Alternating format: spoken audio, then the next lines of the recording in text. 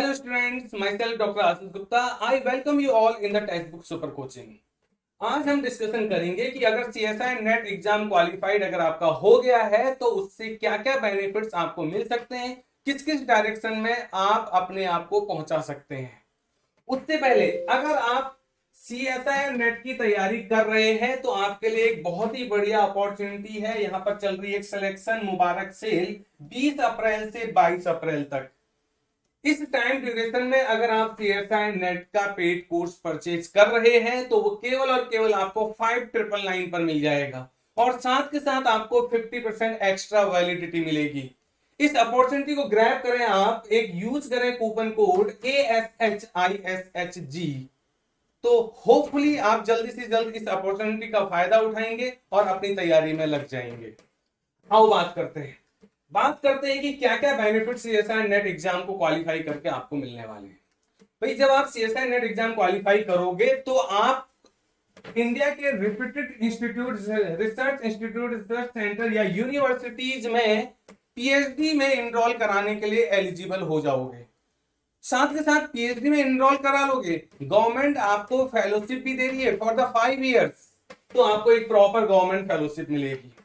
ये फेलोशिप अगर हम शुरू के 2 इयर्स तक देखें, स्टार्टिंग के 2 इयर्स में वो कहलाएगा आपका जूनियर रिसर्च फेलोशिप और ये स्टाइपेंड आपको मिलेगा 31,000 पर मंथ, प्लस इसके साथ साथ एक्स्ट्रा आपको HRA मिलने वाला है, वो सिटी टू सिटी वेरी कर जाएगा, मतलब 31,000 प्लस HRA ये मिलेगा आपको इनिशियल 2 इयर्स तक।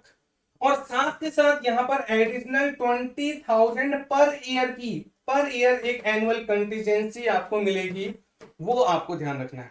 दूसरा, अगर आपने सक्सेसफुली 2 इयर्स कंप्लीट कर लिए हैं, एनरोलमेंट आपका हो चुका है, तो लास्ट के 3 इयर्स के लिए अब आप प्रमोट हो जाओगे SRF में सीनियर रिसर्च फेलोशिप, और ये सीनियर रिसर्च फेलोशिप अब आपको मिलने वाली है कितनी, 35,000 per month plus extra HRA। तो साथ के साथ PhD आप कर रहे हो, डॉक्टरेट की डिग्री आप ले रहे हो और साथ के साथ आपको क्या मिल रही है, फेलोशिप मिल रही है। दूसरा, अगर आपने CSI नेट क्वालिफाइड कर लिया तो CSI नेट क्वालिफाइड एक मिनिमम क्राइटेरिया है आपका कि अगर आपको कॉलेजेस में लेक्चरशिप करनी है या यूनिवर्सिटीज में आपको असिस्टेंट प्रोफेसर की जॉब ज्वाइन करनी है तो वहां पर मिनिमम क्राइटेरिया CSI नेट चाहिए। तो वो नेट क्वालिफाइड होते ही आप इन दोनों चीजों के लिए क्या हो जाओगे, एलिजिबल हो जाओगे। इसके अलावा ऐसे बहुत सारे रिसर्च प्रोजेक्ट हैं जो ऑनगोइंग चल रहे हैं। आप अपने रिसर्च इंटरेस्ट के अकॉर्डिंग उन रिसर्च प्रोजेक्ट को ज्वाइन कर सकते हो। वहां पर भी आपको साथ के साथ मिनिमम MSc होने के साथ साथ CSI नेट क्वालिफाइड मिनिमम चाहिए। तो अगर आप CSI नेट क्वालिफाइड हैं तो इन रिसर्च प्रोजेक्ट को आप अपने चॉइस ऑफ इंटरेस्ट के अकॉर्डिंग क्या कर सकते हो, ज्वाइन कर सकते हो। ठीक है। दूसरा, बहुत सारे ये रिसर्च ऑर्गेनाइजेशन है, इनमें एक रेगुलर टाइम पीरियड पर साइंटिफिक ऑफिसर की कुछ पोस्टें आते रहती हैं।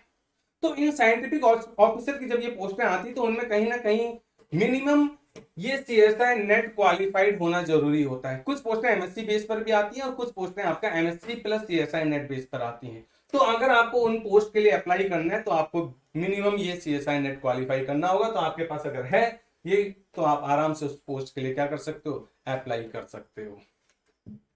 ऐसी बहुत सारे इंडिया में PSUs हैं। जैसे आप ONGC की बात करें तो उन ONGC या PSUs में एंट्री करने के लिए कहीं ना कहीं आपको CSIR या डेट की जरूरत पड़ती है। तो अगर आपने ये क्वालिफाई किया हुआ है तो आप उन PSUs में इंटरव्यू या फिर उनका रिटर्न देने के लिए एलिजिबल हो जाते हो और आप वहां पर जॉब ले सकते हो। ये सारे बेनिफिट्स मैंने आपको CSI नेट निकालने के बाद के बता दिए हैं। आप तो इन चीजों को आप ध्यान में रखते हुए आप अपनी तैयारी करते रहो। Thank you so much.